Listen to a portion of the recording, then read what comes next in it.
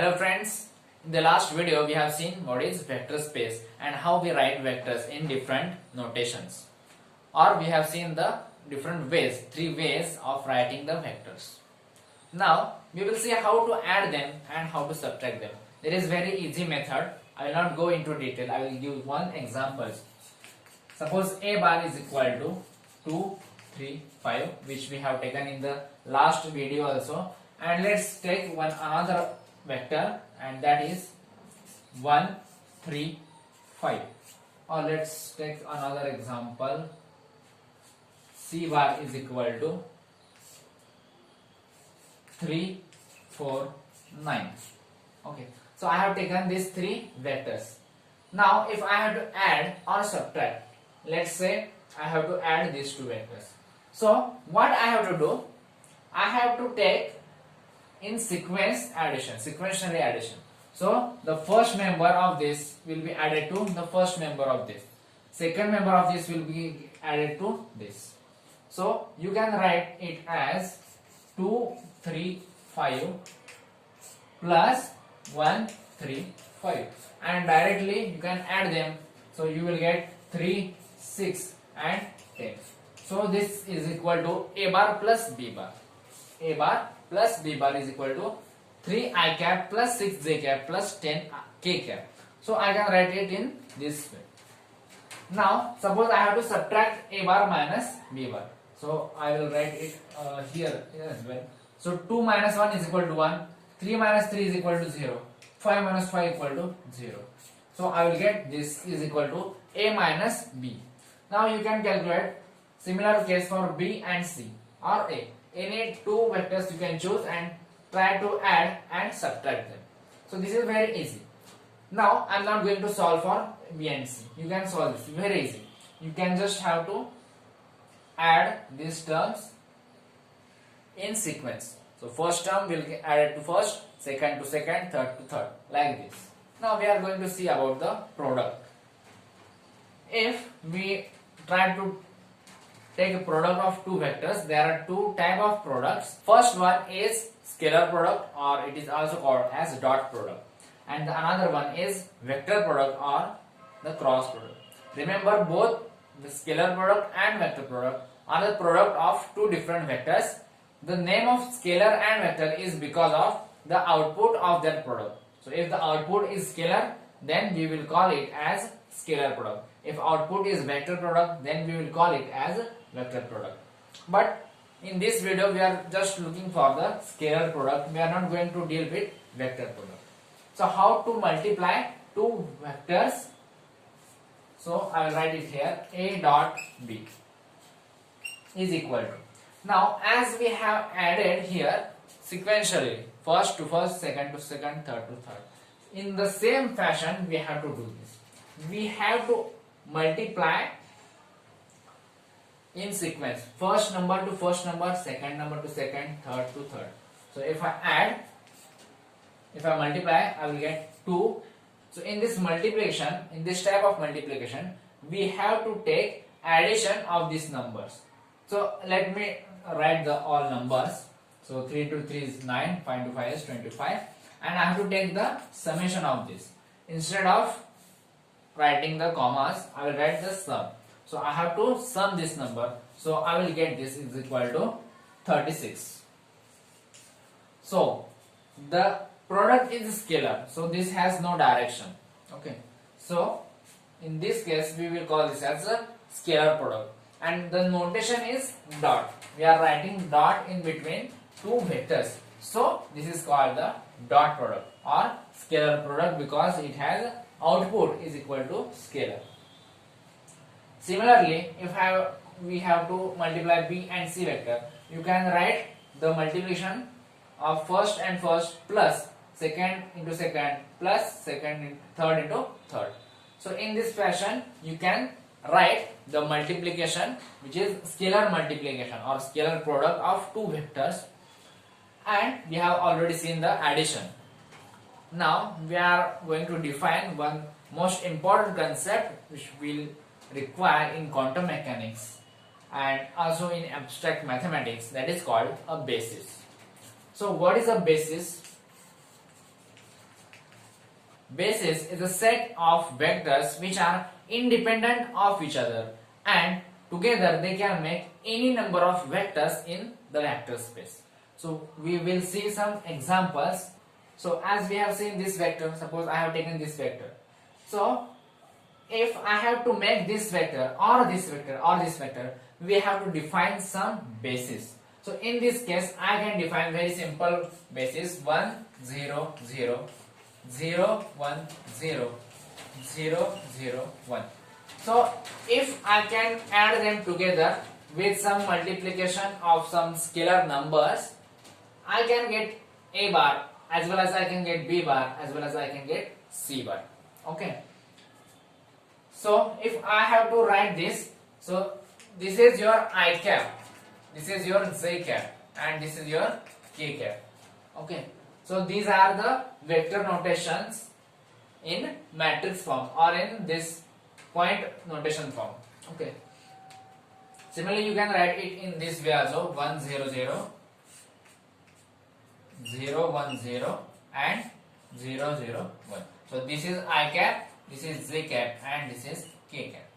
So these are the basic vectors which can get together to form such type of vectors. So what is this? This is 2 into I cap plus, so I cap is this 2 into this vector plus 3 into this vector plus 5 into this vector. So these three vectors can be added together. This is called linear combination of vectors, and we can get any number of vectors in that vector space. Remember, this is the R3 vector space, R3, three-dimensional vector space. Now we can get any vector in 3 dimension using these three vectors and their combinations. Now I have also used one word in that definition of basis, that the basis is a set of vectors which are independent of each other. So what does this mean by independent? So to check whether they are independent or dependent, we have to find out their dot product. Okay. If the dot product is equal to 0, then they are independent of each other. So if I take these two, I have to do first into first plus second into second plus third into third. So you will get 0 plus 0 plus 0. So their dot product is equal to 0. So I can write I cap dot J cap is equal to. Similarly, you can get for another two pairs also, I cap K cap and K cap J cap. You will get equal to 0. You take any two pairs, any two vectors in this, you will get the dot product is equal to 0. So these three vectors are independent of each other. Okay. Now I will take one example in 2 dimension. Suppose there is one vector 2 I cap plus 2 J cap. This is vector in 2 dimension R2. And there is another vector, say I cap plus A J cap. And I have to find out what is the value of A if these two vectors are independent of each other. So what will you do? So in order to get the independence, the dot product must be 0.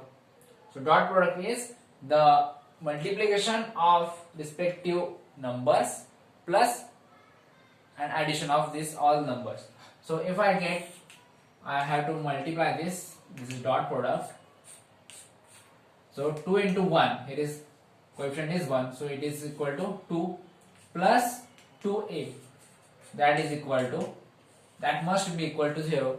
So if you rearrange this and find out the value of a, so you will get a is equal to minus 1. So if I put this at this place, so I will get this vector and I cap minus j cap, and these two vectors are independent of each other. So I can form the basis using these two vectors.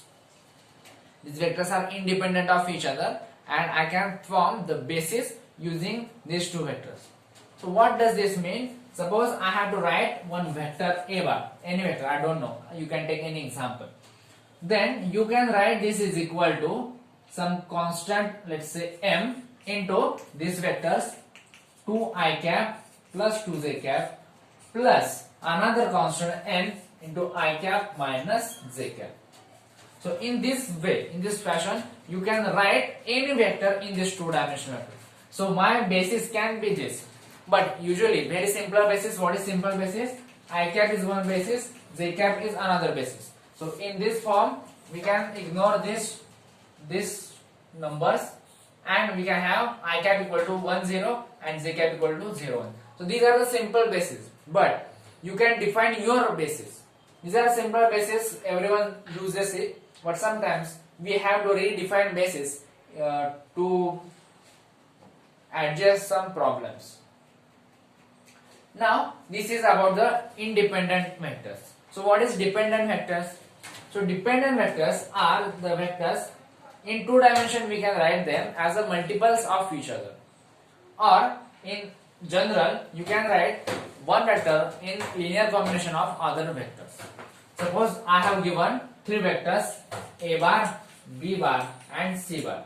So if I have to check whether they are linearly dependent or independent, what I can write? I will check whether a bar is equal to mb bar plus nc bar. If I can write this, then these vectors are dependent on each other, because if b changes, a will change, right?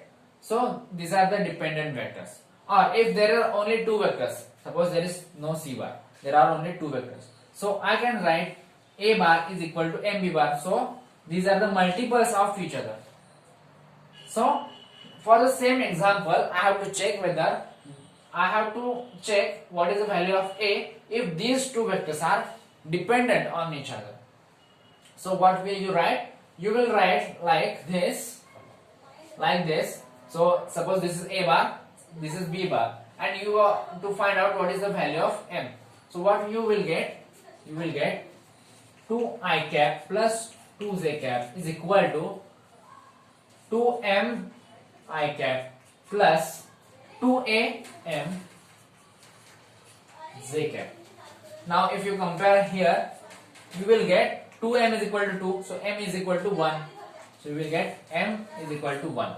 And now if you put here 1, you will get 2a is equal to 2. So a is equal to 2. So 2i cap plus 2j cap and I cap plus j cap are the dependent vectors. You can directly see that this is double of this. Okay, if a is equal to 1, this vector is double of this vector. So in this way, you have to check whether they are linearly dependent vectors or linearly independent vectors.